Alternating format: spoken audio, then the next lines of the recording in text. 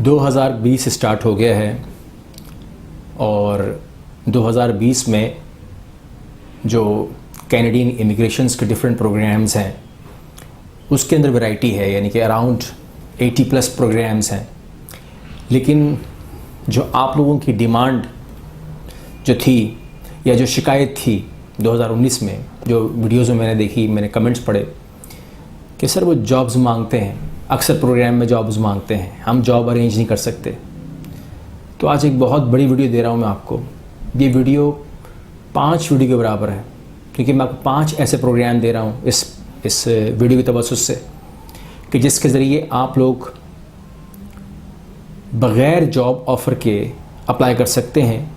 और वो जो 80 प्रोग्राम हैं, मैंने उसको जब बहुत डीपली स्टडी किया और रिसर्च किया और वर्किंग की, तो मेरे पेपर वर्क के अंदर 5 नाम ऐसे आए जो आपसे जॉब नहीं मांगते, यानी कि जॉब का झमेला ही नहीं है।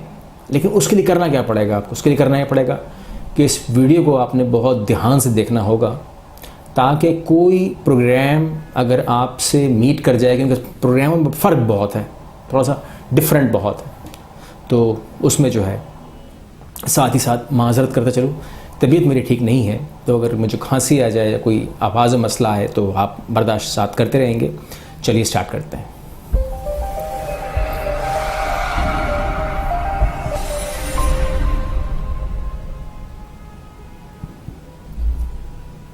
अस्सलाम वालेकुम, मेरा नाम कैसर है और आज इस वीडियो में जो हम प्रोग्राम्स की बात करने जा रहे हैं वो 5 प्रोग्राम्स हैं जो आपको बग़ैर जॉब ऑफ़र के, यानी कि जो सबसे मुश्किल चीज़ आपने कहा कि सबसे मुश्किल चीज़, एक बात मैं पहले वाज़ेह कर दूँ इस वीडियो में कि जॉब हासिल करना मुश्किल नहीं है, जॉब हासिल करने का तरीका होता है।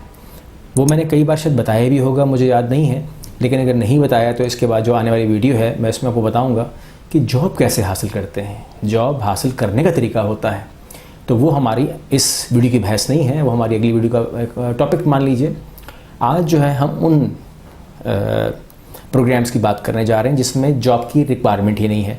तो सबसे पहले जो प्रोग्राम हमारे पास है वो ओंटारियो इमिग्रेशन नॉमिनी प्रोग्राम है। अब ओंटारियो इमिग्रेशन नॉमिनी प्रोग्राम को करने के लिए जो तरीका है कोई नया नहीं है, यानी कि वही है कि आपको सबसे पहले जो है एक्सप्रेस एंट्री प्रोफाइल क्रिएट करनी है और उसके लिए आपको ह्यूमन कैपिटल प्रायोरिटीज़ का जो स्ट्रीम है उसमें आना है। यानी कि अब इस प्रोग्राम के साथ चीज़ जुड़ी है वो ह्यूमन कैपिटल प्रायोरिटीज़ स्ट्रीम है। उस प्रोग्राम के ज़रिए अगर आप आते हैं तो you know need to apply job, क्योंकि जॉब को वहाँ पर रखा ही नहीं गया है।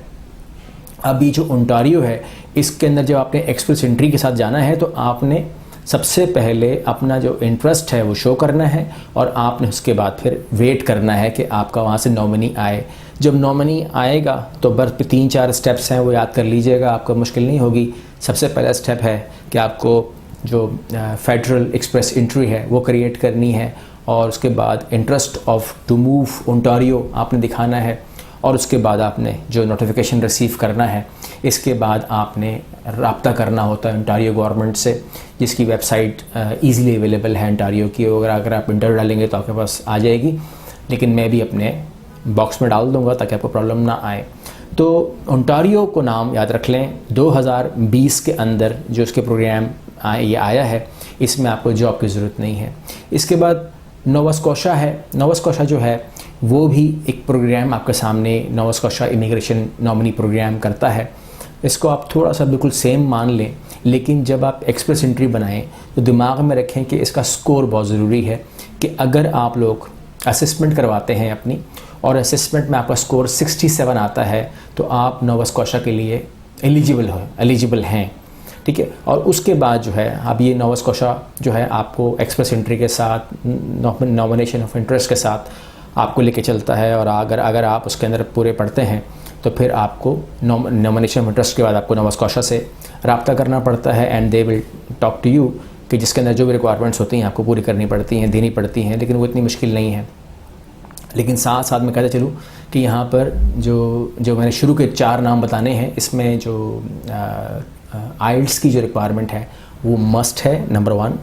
5 में मस्ट है, लेकिन इनमें भी मस्ट है। लेकिन इसके अंदर आपको जो है स्कोर जो है वो 5 और 6 के दरमियान लाना होता है। तो ये 4 वो हैं। तो इसके बाद जो तीसरा प्रोग्राम है मैनिटोबा प्रोविजनल नॉमिनी प्रोग्राम है, मिलता जुलता प्रोग्राम है, लेकिन इसका एक प्रोग्राम है इस सूबे का, उसको कहते हैं स्किल वर्कर ओवरसीज़।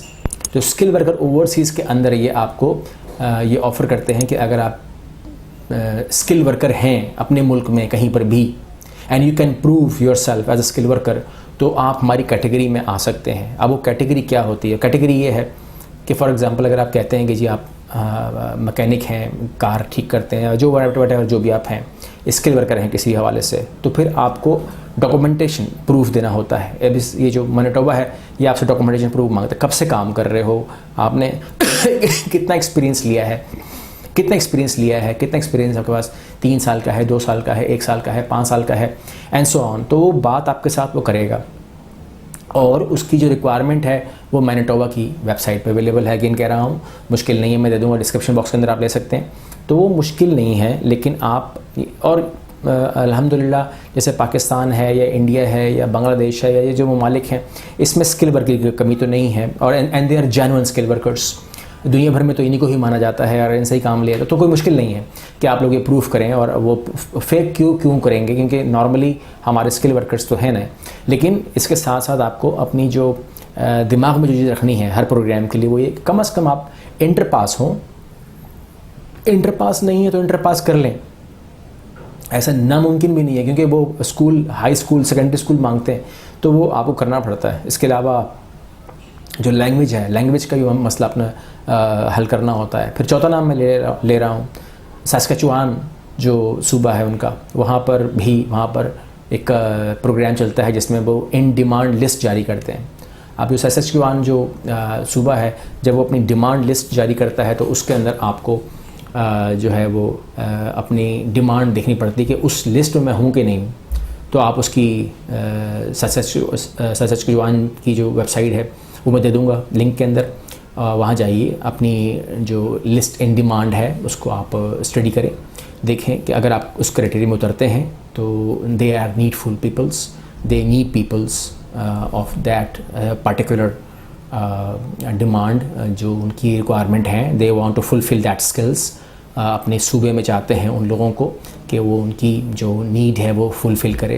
तो अगर वो आपसे पूरी होती है तो you can at least you have to अपने आप को रखे तो सही ना सामने, ताकि अगर वो देखें तो उसको, क्योंकि इसके अंदर कहीं ना कहीं वो लोग क्या करते हैं कि अगर ज़्यादा लोग आ जाएं तो और वो बिल्कुल सिमिलर हों तो कुछ कुरानंदाजी नुमा सा काम करते हैं ये लोग, जिसको वो लोग लॉटरी तो नहीं कह सकते, लेकिन एक कुरानंदाजी होती है कि यार ठीक है अगर हमारे पास 2000 लोग आ गए तो हमने किन लोगों को चांस देना है क्योंकि समझ उनको भी नहीं आता किसको ले।